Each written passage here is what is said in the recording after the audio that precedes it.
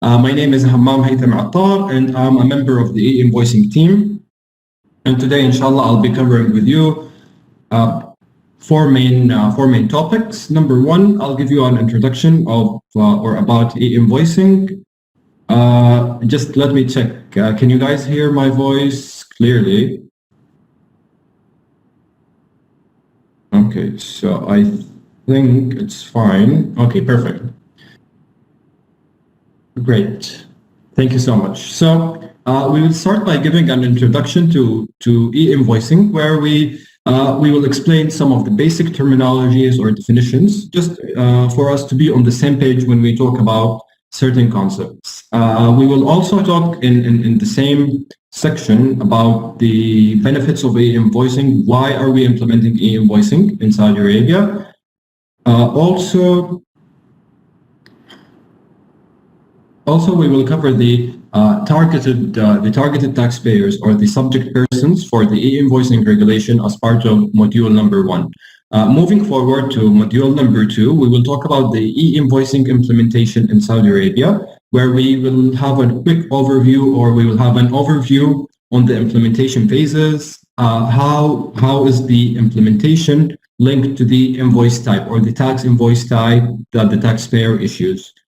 After that, in section number 3, we will talk about the E-Invoicing requirements, where we will zoom in on certain requirements or on the requirements for each and every, for phase 1 and for phase 2 of the implementation.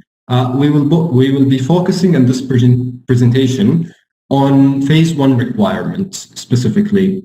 And finally, and prior to going to the discussion or to answering your questions, we have gathered a number of questions from our previous workshops, and we would like to share it with you. And then we will be answering, inshallah, your questions. So if you have a question, please make sure to write it down in the Q&A box or Q&A section. And hopefully one of our team members will be responding to that question, or we will take it at a later stage towards the end of the presentation. Moving to section number 1, let's start with the basic definitions of certain topics or certain terminologies that we have, so that we all speak the same language. We will start with E-Invoicing. E-Invoicing, what do we mean by E-Invoicing? I know that this word has been repeated multiple times throughout the last period. So when we talk about E-Invoicing, we mean it's a procedure that aims to convert the issuance of paper invoice into the electronic into an electronic mean or an electronic format. So we will be shifting from paper invoices to electronic invoices. This will help, or also it will support in the exchange and processing of the invoices and notes in a structured way.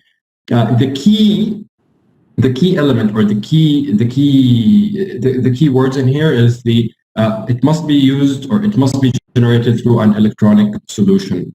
Moving to the E-Invoice definition, the E-Invoice definition is, or it's an invoice generated, stored, amended, or updated in a structured electronic format through a compliant electronic solution or system. Moving to the electronic notes, as we know, as part of the VAT implementing resolution or regulation, updating the invoice or modifying the invoice or canceling the invoice after its issuance is considered as prohibited activity. Therefore, if you would like to update or amend any invoice, you must generate a credit or debit note. So as part of the E-Invoicing, also the debit and credit note will become electronic as well, and it must be connected or linked to the original invoice or to the original amended invoice. Moving forward, the fourth terminology that we would like to agree upon is the E-Invoicing systems or solutions. So the E-Invoicing systems or solutions are they have so many types. So it can be hardware-based, software-based, an application installed on your PC or installed on your iPad or iPhone, etc. So it has so many different forms and types, and there are so many types available in the market as well. So this is the E-Invoicing solution or system. Now, there are some there are some key items or key things that we need to agree upon. Number one, handwritten invoices are not considered as compliant e-invoices. So you need to make sure that as of the specified date, you need to stop issuing handwritten invoices. Also, if you scan a paper invoice, this also is not considered as an electronic invoice. Additionally, in some cases we see that certain companies or people, they use a templates or a predefined templates for filling the invoice details. So for example, using PDF or Word or Excel to do the data input on those fields. Also, these are not considered a compliant e-invoices. So what does a compliant e-invoice look like? It's an invoice, or it's the invoice that is generated through a compliant electronic system or through a compliant electronic invoicing system. So make sure, or in order to be compliant with the e-invoicing regulation, you must ensure that you are using a compliant electronic invoicing system to generate and store your invoices. Now let's start talking a bit about, why are we implementing e-invoicing, or what are some of the benefits for e-invoicing? As you know, e-invoicing usually brings many national and economic benefits to the kingdom. It includes increasing the compliance with the tax obligations on the taxpayers. It will support in reducing the shadow economy. As we know, shadow economy usually harms the legitimate businesses and the broader economy of Saudi Arabia. Additionally, it will help in reducing the commercial concealment. We will have a strengthened requirements around the invoice tracking and data retention. And in accordance with the digital transformation that the country is undergoing, e-invoicing will help in enriching the consumer experience and the digital, and also it will support in digitizing the consumer-supplier relationship. And finally, e-invoicing will help in enabling a fair competition and in improving the consumer protection. We just gave you like a taste or a brief on the benefits of e-invoicing. Let me move on who is subject to the e-invoicing regulation. So any person, entity, individual, company, establishment, etc., that resides in the Kingdom of Saudi Arabia, whom are subject for the VAT regulation, are subject for the e-invoicing regulation. So taxable persons that are, or VAT taxable persons that are residents in the kingdom. Also, on top of that, third parties that issues tax invoices on behalf of resident taxable persons are also subject for the e-invoicing regulation. And I'll just give you a quick example of that. So we have two companies. We have Al-Mahanna contracting company, and we have Abdullah company. So Al-Mahanna has agreed or is importing some VAT taxable products from Abdullah company. And they both agreed that Abdullah will be issuing the self-built invoices on behalf of Al-Mahanna. Therefore, Al-Mahanna must ensure that Abdullah is issuing the invoices in accordance with the e-invoicing regulation. We have an exemption, or non-resident taxpayers are excluded from or are not subject to the e-invoicing regulation. Now, let me talk a bit about the key milestones that we have. So back on 4th of December 2020, the e-invoicing regulation was published. After that, around 180 days, the implementing resolution was also published on 28th of May. The implementing resolution contained the controls, requirements, technical specifications related to implementing the provisions of the e-invoicing regulation published back on 4th of December 2020. Also, as part of the implementing resolution, the implementation phases were defined. So we have phase 1, which is called the Degeneration Phase. It will be enforced on 4th of December 2021, where taxpayers or targeted taxpayers should start issuing and storing electronic invoices using compliant systems. Phase 2, on the other hand, will begin on 1st of January 2023. ZATCA, or the authority, as you can see, the authority wanted the implementation to be easy on everyone.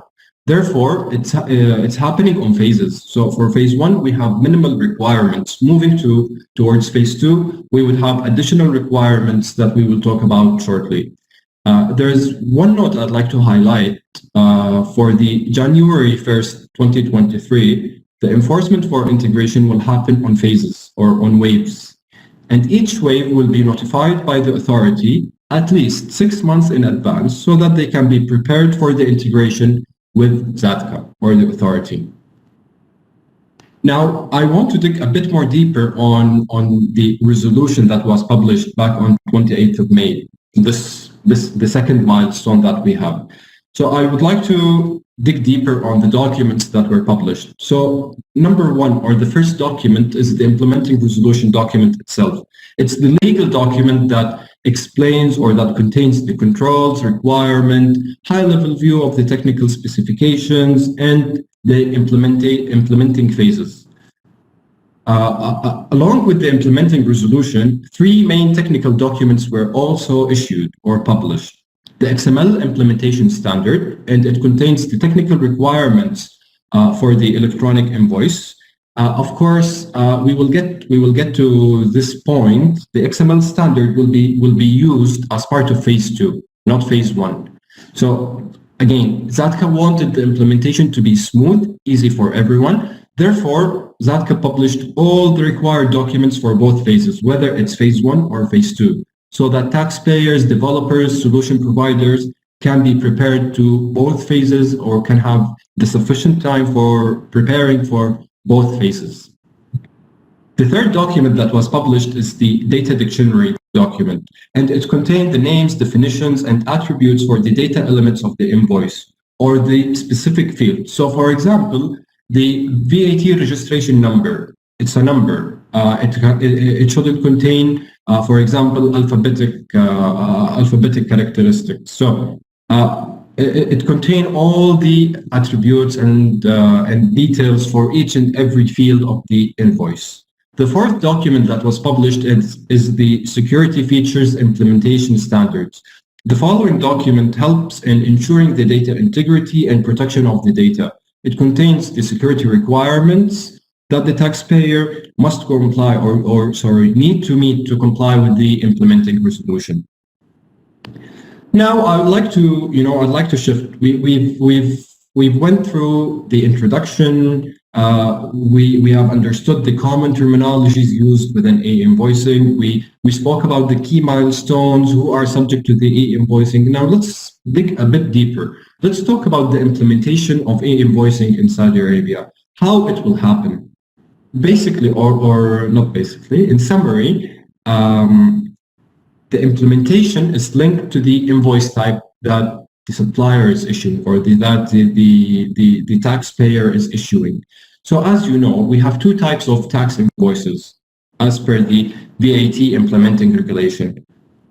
We have the tax invoice and we have the simplified tax invoice. What are the main differences between each one of them? So for the tax invoice, usually these are the invoices that are issued by a business to another business, or as we call it, B2B transaction, for B2B transactions.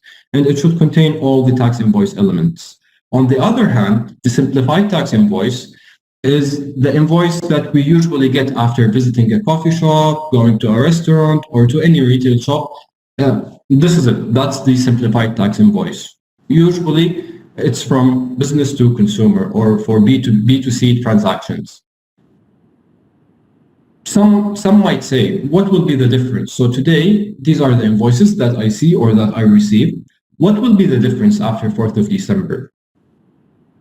So there are minimal number of additional fields required for each type of the invoice. So let me first talk about the tax invoice. So for the tax invoice, what is required is to include in the invoice the buyer's VAT registration number if the buyer is registered for taxable for taxation reasons. We must include his registration number in the invoice. Additionally, we must also include the invoice title. So the invoice title must be shown on the invoice. So in our case, this is a tax invoice. So we should mention that this is a tax invoice, or the title should be tax invoice. And optionally, you can add the QR code if you would like to. This is not a mandatory field for the tax invoice. However, for the simplified tax invoice, it is mandatory to include the QR code on the invoice or on the generated invoice going or after 4th of December 2021. On top of that, or on top of the QR code, we also need to include the title as well. So in that case, it should be the simplified tax invoice. Now we've talked or we've spoken about, you know, the different the tax invoices types and how it will look. Again, we need to dig a bit more deeper on the requirements, how it will look like. So I'd like to, you know, to present to you this beautiful slide in here. We like to call it the E-Invoicing Map. Usually internally, we like to call it the E-Invoicing Map. On the left-hand side, you will find the type or the invoice or the tax invoice type generated, which we just briefly explained. On the top side, you will find the phase. So phase 1, the generation phase, it will be enforced as of 4th of December, as we mentioned earlier. And phase 2 will be in waves starting from January 2023. Now let's take it box by box and we see. So let's focus first on phase number 1. So for phase number 1, for the tax invoices, what will happen is a supplier or a given supplier will generate the invoice and then he will share it with the buyer. Nothing changed in here. The only change is that the invoice or the generated invoice must be generated through an electronic compliant solution or system. And then the supplier stores the invoice. We would like to highlight one key element or one key comment that we usually receive a lot of questions around. So some companies or some people started asking, so now sharing the invoice, would that change after implementing e-invoicing? The answer is no, it will continue as is. So if, for example, you used to share a printed copy of the invoice, you can continue doing the same thing. If you would like to share the invoice through email, through WhatsApp, through SMS, through fax, through any mean you would like, you can do that. As long as you are in a mutual agreement between, or there are mutual agreement between the seller and the buyer, or the supplier and the buyer. The final step would be storing the invoice also electronically. In phase number 1 or phase 1, for the generation and storing, we did not specify a standard or a format or a specific format for the invoice, so that any taxpayers can select any of the available standards in the market. Now moving to the simplified tax invoice. For the simplified tax invoice, it will continue the same thing. The supplier will issue or will generate the invoice. He will share it with the customer. He should store that invoice electronically. But the difference in here, the customer would have the ability to scan the QR code if he would like to do so. So I'll go into more details at a later slide on what will happen after you scan a QR code from an invoice. We will go into details shortly. Now we have concluded phase 1 or phase 1 briefing. Let's move to phase number 2. Before going to the details of phase number 2 or phase 2, the integration phase, I would like just to clarify two new terminologies or two new models that is available for e-invoicing. We have the clearance model and we have the reporting model. The tax invoices will follow the clearance model. Let me give you a brief on what does that mean. So if a supplier generates an invoice and prior to sharing that invoice with the buyer, he should first share it with the authority or the authority's platform in order to clear that invoice or to do just a quick checks. Of course, this is all an automated process. After that, after completing the checks or after clearing the invoice, the authority will send back to the supplier the invoice. After that, the supplier can then go ahead and share the invoice through through the agreed mean with the buyer. And of course, the supplier should store the invoice as well electronically. And the difference in here, and we will talk about it later, so because like everyone started talking with the platform and the authority must clear that invoice, everyone should follow a certain standard or format so that everyone can, or the platform can understand everyone in the market. We'll talk a bit in details at a later stage. So I hope that the clearance model is clear to you. Moving to the reporting model. The reporting model is linked to the simplified invoices only. So after a supplier issues an invoice or generates an invoice and sharing it with the customer again will have the ability to scan it. The supplier also should store that invoice electronically, and after that, the supplier should start reporting these invoices to the authority or to the platform, to Zatka's platform. The period or the frequency of sharing or reporting these invoices will be defined at a later stage. So for example, it can be towards end of day. So by end of day of every day, you need, for example, to report or to push the generated invoices to the authority. It can be, let's say, on a weekly basis, on a monthly basis. That time frame will be decided at a later stage, inshallah, when we reach closer to the enforcement date. This is the overall view of the e-invoicing. I highly recommend that you go through the slide, you understand the slide, the main concepts. Of course, all the details are available on our website. You can access our website and find all the details you need. Now, let's talk more details on the requirements. What will be required whether for phase 1 or for phase 2? So basically for phase 1, which is called the Degeneration Phase, taxable persons or VAT taxable persons are required to generate and store compliant tax invoices through compliant electronic systems. When this will take place? It will take place on 4th of December 2021 for all subject taxpayers, subject to the e-invoicing regulation, of course. Now, talking about the general requirements, we mentioned that you need to generate and store the invoice. The format or the electronic format is not specified for phase 1. So each taxpayer have the choice to select any type that he would like. So Zatka did not specify the type or the format needed for phase number 1. Why is that? Because we wanted to make sure that the implementation or the implementation of the e-invoicing is easy and smooth for everyone. Finally, you need to make sure that the e-invoice contains all the additional fields, such as the QR code for a simplified invoice, the title for both simplified and tax invoice must be included in the invoice. For phase number 2, what is required is you need to start generating the invoice in a specific format. You can either choose the XML format or the PDF A3. You need to make sure that the XML is embedded if you select it to go with the following format.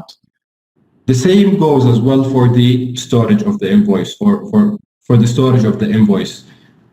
You should follow the XML format or the PDF A3 with the embedded XML.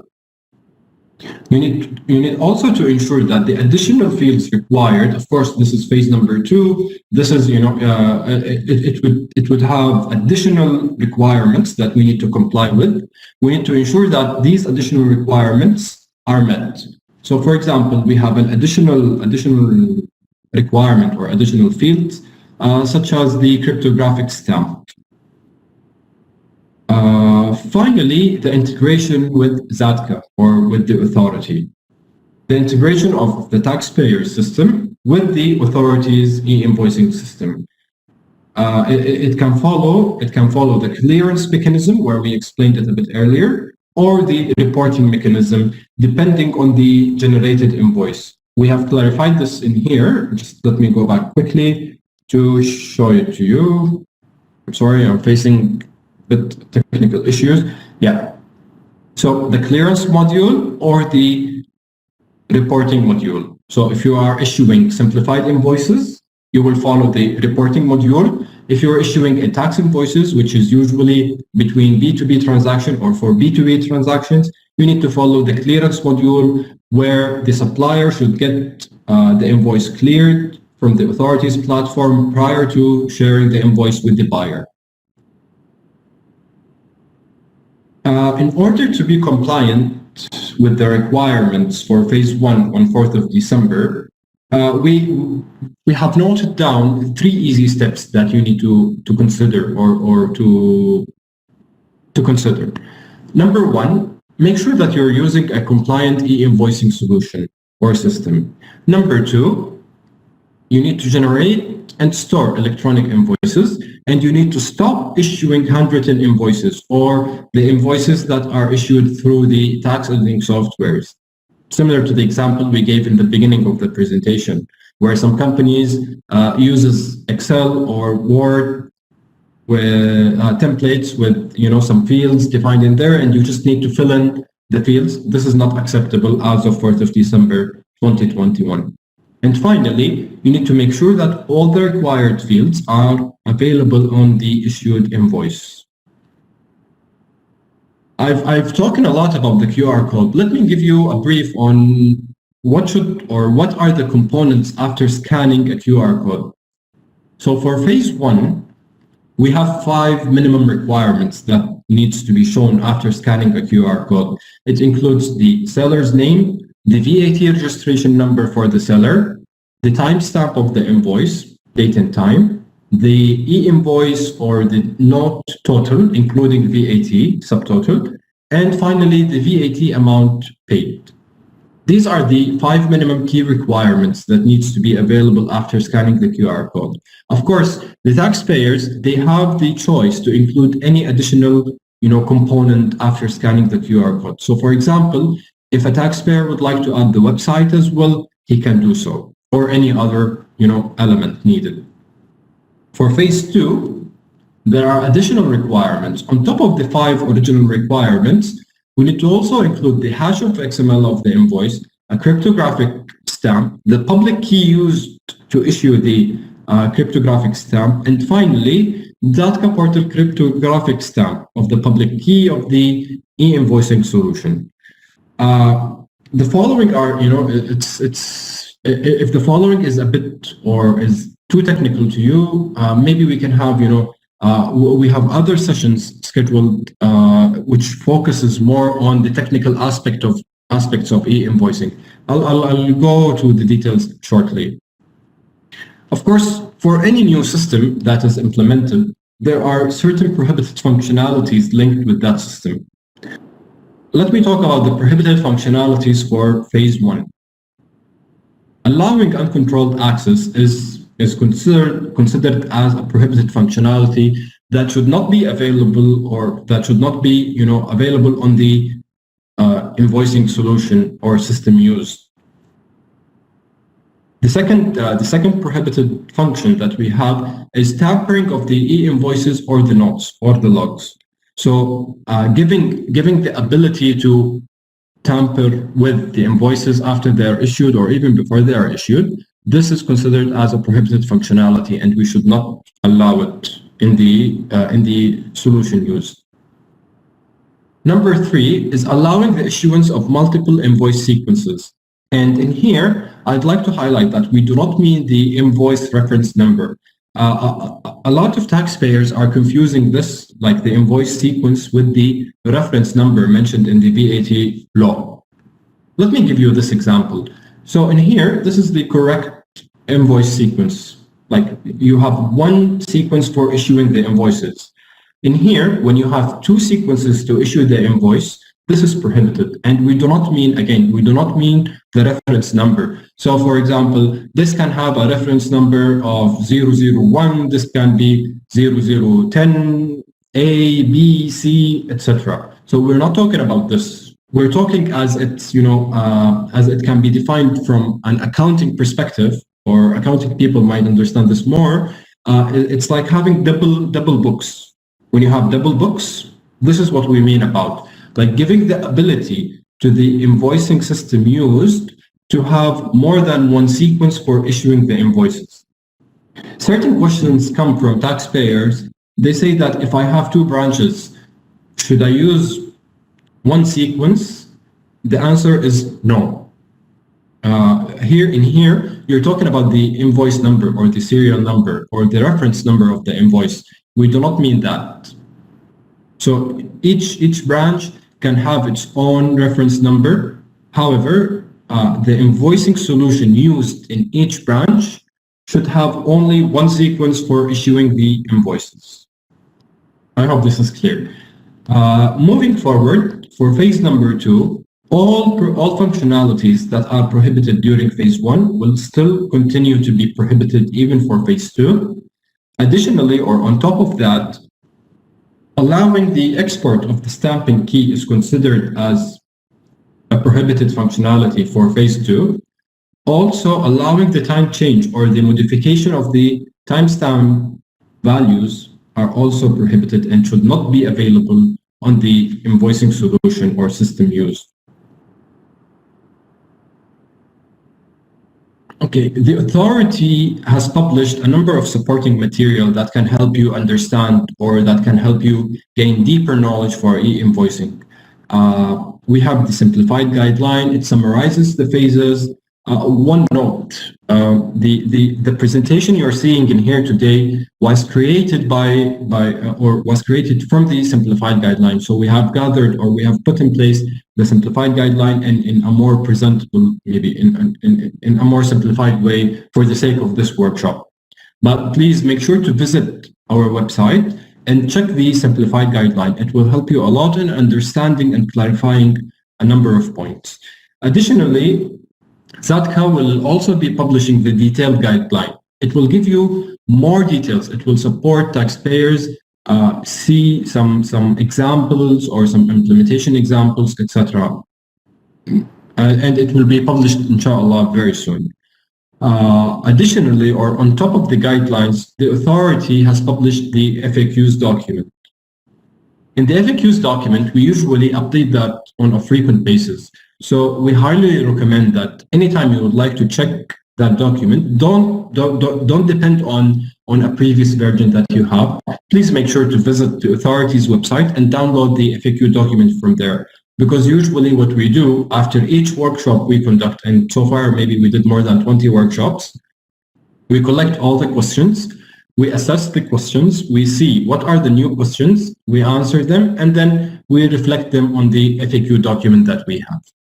And finally, if you have any clarification, or you need any clarification with regards to the e-invoicing, please make sure to contact us through the website, through the social media, through our email, through the call center. All of our channels are open, and we are here to support you through this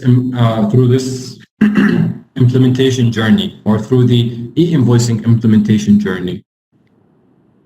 I've mentioned to you that we are conducting some technical workshops. Please make sure you follow our website in order to know when is the upcoming workshop. I believe that we have one today, if I'm not mistaken. I'll confirm that back to you, but I think we'll have one today around 1 o'clock, inshallah, in cooperation with Chamber of Commerce. Now, I'd like to share with you a number of questions that we've gathered, or some frequently asked questions. I'll start with the first one. So the first one says, does my e-invoicing solution or system needs to be a cloud-based solution in order to be able to meet the e-invoicing regulation or standards? The question is no. As a taxpayer or as a subjective taxpayer, you can use any type of solution that is available. Any type of solution that's available. We mentioned that we have hardware-based, software-based, application-based, whether installed on the PC, whether installed on the mobile phone, iPad, etc. It's up to you to use whatever solution you want, as long as that solution meets the requirements published by the authority. Another common question says, are VAT registered individuals subject for e-invoice issuance? The answer is yes. All taxpayers or all registered VAT taxpayers are subject for the e-invoicing regulation. However, non-resident taxable persons for VAT purposes are excluded. The other question that we have, what does an e-invoice look like and how it's different from the current invoice, from the current invoices? We explained this in the beginning. So the difference for the simplified invoice, we need to make sure that the QR code is added. We need to ensure that the title or the invoice title is available on the invoice or on the generated invoice. For tax invoices, we need to make sure that the VAT registration number for the buyer is included in the invoice if the buyer is a registered VAT taxpayer. Additionally, we must include the title as well, similar to the simplified tax invoice. And as an optional element, you can include the QR code on the tax invoice. We just wanted to make sure on the following point. There is no specific file format mandated or enforced as part of phase 1. You just need to include that all the mandatory fields are available and your invoice is generated from a compliant invoicing solution.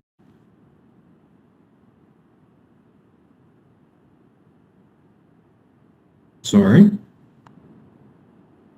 Okay, moving forward, the question or another common question that we usually receive, should my electronic system be certified by ZATCA or a third party for phase 1 for 4th of December 2021? The answer is no. Currently, ZATCA did not enforce such a requirement and it may do so at a later stage. Another question says, who are the companies authorized to provide the e-invoicing systems or solutions? ZATCA, we just wanted to clarify this. ZATCA or the authority did not publish any list of service providers authorized to provide e-invoicing solution specifically. So please don't confuse this with the VAT list that is available on the website. The taxpayers must comply with the regulation and they can use any system software program to issue the invoice as long as or given that the program or the solution used is compliant with ZATCA's requirements. The other question in here, we already covered this as part of the E-Invoicing Map, if you recall. It says, how can I share my e-invoice with the buyer or the customer? So a printed copy of the simplified tax invoice or the note must be generated electronically and should be provided to the customer. However, upon agreement between the two parties, it can be shared with the customer in the electronic format or in any format as long as it is readable by the other party. Another question that continuously come to us, does my system have to have the ability to connect to the internet in phase 1 for December 4th, 2021? Sorry. The answer is yes. The solution used to generate the e-invoices or the invoices must have the ability to connect to the internet for both phases, whether it's phase 1 or phase number 2. Another question says, do I need to integrate my invoicing system with ZATCA on 4th of December 2021 for phase 1? The answer is no. The integration with ZATCA is not required for phase 1 and will not start the integration with ZATCA is not required for phase 1 like the coming December 4th, 2021. It will only start by January 2023, and the targeted waves will be notified at least 6 months in advance in order to have the time to comply with all the requirements. Another question says, what is the required format for storing e-invoices for phase 1? As we mentioned earlier, we did not specify any file format in which the invoice must be stored during the first phase. Question number 2, or another question, what is the storage period for invoices? Is there a specific duration? The storage period for the e-invoices is not different from what is outlined in the VAT implementing solution. So it will continue as is. And we would like to highlight that the e-invoicing regulation did not change the VAT implementing resolution. It's part of it. So whatever you were doing before, it will continue the same thing. Another related question says, will there be any changes to the VAT filing or declaration process after the enforcement of e-invoicing? The answer is no. There will be no changes to the current process of filing, neither filing nor declaration. Another question says, how do I know about my phase 2 waive? As I mentioned earlier, you will be notified by the authority at least 6 months in advance on your waive. A question says, if a VAT registered Saudi company issues an invoice to a non-resident foreign company, what is the invoice generation mechanism? So for exports, an electronic invoice must be generated in accordance to the e-invoicing regulation. However, for imports transaction, it is not subject to the e-invoicing regulation. This question keeps on occurring a lot in almost in every single workshop that we do, and we keep receiving this question through the different channels. It says, are gas stations and real estate offices required to issue e-invoices with the QR code included? So the answer is current invoicing processes will not be impacted and will continue according to the laws and regulation. Okay, so that anyone who is subject to the e-invoicing regulation, they should or they must issue and store e-invoices starting from December 4th with no exceptions. One question is regarding updating the invoice or modifying the invoice. It says, after issuing and sharing an electronic invoice with the client or the buyer, can I modify or cancel that invoice if it contained any error? The answer is no. Based on the VAT implementing regulation, after issuing an invoice, it is prohibited to modify or cancel the invoice. And if you would like to do so, you should generate a credit or a debit note. That credit or debit note must be linked to the original invoice. Another question says, a given company deals with individuals, companies, and companies. Which tax invoice type this company should issue? Additionally, can the company use the same invoicing system used to generate the invoices? So the generated invoice depends on the type of the transaction. So if it's a B2B transaction, then you need to issue a tax invoice, and it should contain all the elements needed for the tax invoice. If you're doing a B2C transaction, you should issue a simplified tax invoice. And you can use the same system to issue both invoices, considering that you will be able to meet the requirements for each invoice type. Now, going to the serial number or sequence. Can a different invoice reference number format be used for government-issued invoices, Riyadh branch invoices, and other branch invoices? The answer is yes. And in accordance with the VAT implementing regulation, the reference number must be visible on the invoice in order to identify that tax invoice. And also, the regulation did not specify a format for this number. So the taxpayers can use different formats for the invoice number as long as it uniquely identifies that tax invoice. Moving to the other question that we have, it is prohibited to issue multiple invoice sequences for e-invoices and notes, but I have multiple branches across KSA, and each branch has its own invoice sequence. Am I required to unify the invoice sequence across all my branches? The answer basically is no. Let's talk about more details around the answer. So it says the invoice sequence mentioned in the prohibited functions, if you recall, okay, it does not it does not refer to the invoice reference number that defines the tax invoice, which we just explained up here. Okay, it means that the invoice sequence refers to the technical ability of the e-invoicing system solution or system to issue invoices using multiple sequence counter, similar to this example. So you have two counters. This is prohibited. This is what we mean about the sequences. We don't mean the serial number that will be available on the invoice in order to to identify that invoice. I have reached to the end of my material. I would like to thank you all so much for attending this workshop, and please follow us follow our official website, our social media channels, in order to know when are the upcoming workshops will take place. We have a technical workshop happening today at 2 o'clock. At 2 o'clock with Jeddah Chamber of Commerce. The following workshop is a technical workshop. It will be in Arabic.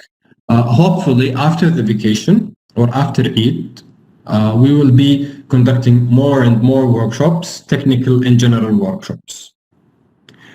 Just let me check. Okay, and the following workshop also will be published on our official channel on YouTube as well. So please, if you'd like to, to see it again, make sure to visit our YouTube channel to watch this workshop again if you would like to. I'll just check if we have any questions. I believe the team already started responding to some of the questions that are available. I'd like you to know that definitely we will go through the questions received. We will answer them and we will cover them either as part of the upcoming workshop that will take place after Eid, or we will publish it in the FAQ. So make sure to check the FAQ. You will find the answer you're looking for in there.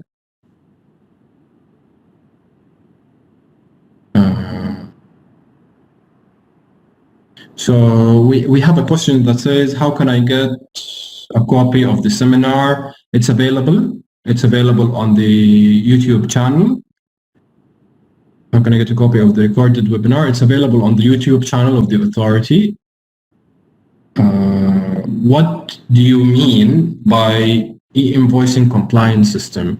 So the system that is compliant with the rules and regulations and controls and procedures that were published by the authority. I hope this answers your question, Mr. Nisar. Another question we have, are there any specific security and safety requirements concerning archiving of e-invoices? So all the details and requirements and security requirements, you will be able to find it in the technical, in the security document. Make sure to go or to visit our website and then go to or click on the e-invoicing field or tab. And from there, you will be able to view all the documents published, whether it's the data dictionary, the XML standard, the security requirements.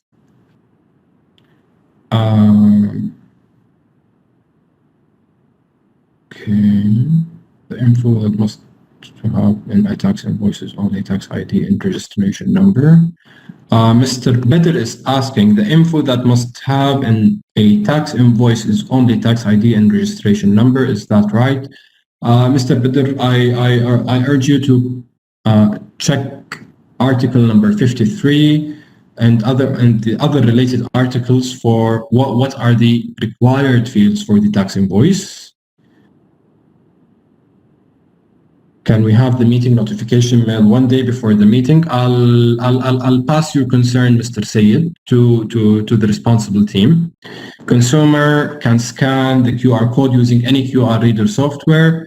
Okay, this I like this question. Mr. Faraz gave us a question that says, customers can scan the QR code using any QR reader or software, or will there be a specific QR reader software from the authority? So the authority will definitely have a specific QR reader. However, it's up to the developers or the businesses that are available to develop a QR reader. But like, you need to develop a QR reader. It needs to be specific, and it follows the published standards in order to be able to read the QR code on the invoice, because it's not because you cannot scan it with the camera only.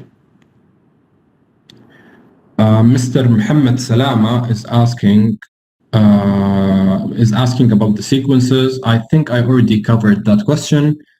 So he has multiple companies, and each company has its own system. You can use different sequence for each business, but you need to make sure that the solution that is used to generate the invoice can only have one sequence only. Where should we store the invoices electronically? In our cloud. So it's up to you to choose, like, whether you want to have it on site, off site, cloud, based in Saudi, based outside Saudi. You just need to make sure that you are following the rules or the applicable rules and regulations. We have a question asking about a specific electronic solution, whether it's compliant or no. Mr. Muhammad, I'd like to highlight that the authority did not publish any list or any compliant list so far.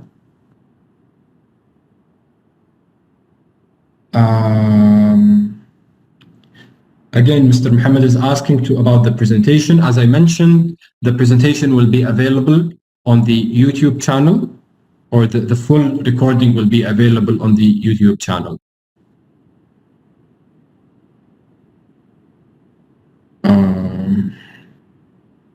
I think we are reaching towards the end of the meeting. I will make sure that we download all your questions. We will go through it, and hopefully we will publish the answers, and we will publish the answers, whether through the FAQ document or through the upcoming workshop that we will be conducting.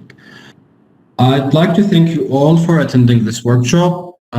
Thank you so much. I hope this workshop was, helped you understand some of the definitions. We've spoken about the basic terminologies used in e-invoicing. We've spoken about the implementation phases. What are the requirements for each phase? We gave you a brief on the different types of tax invoices, and how does it look and how it will look in the future or after 4th of December. We've spoken about the E-Invoicing Map. Keep it in your mind. And also we've covered the prohibited functionalities that should not be available on your solutions.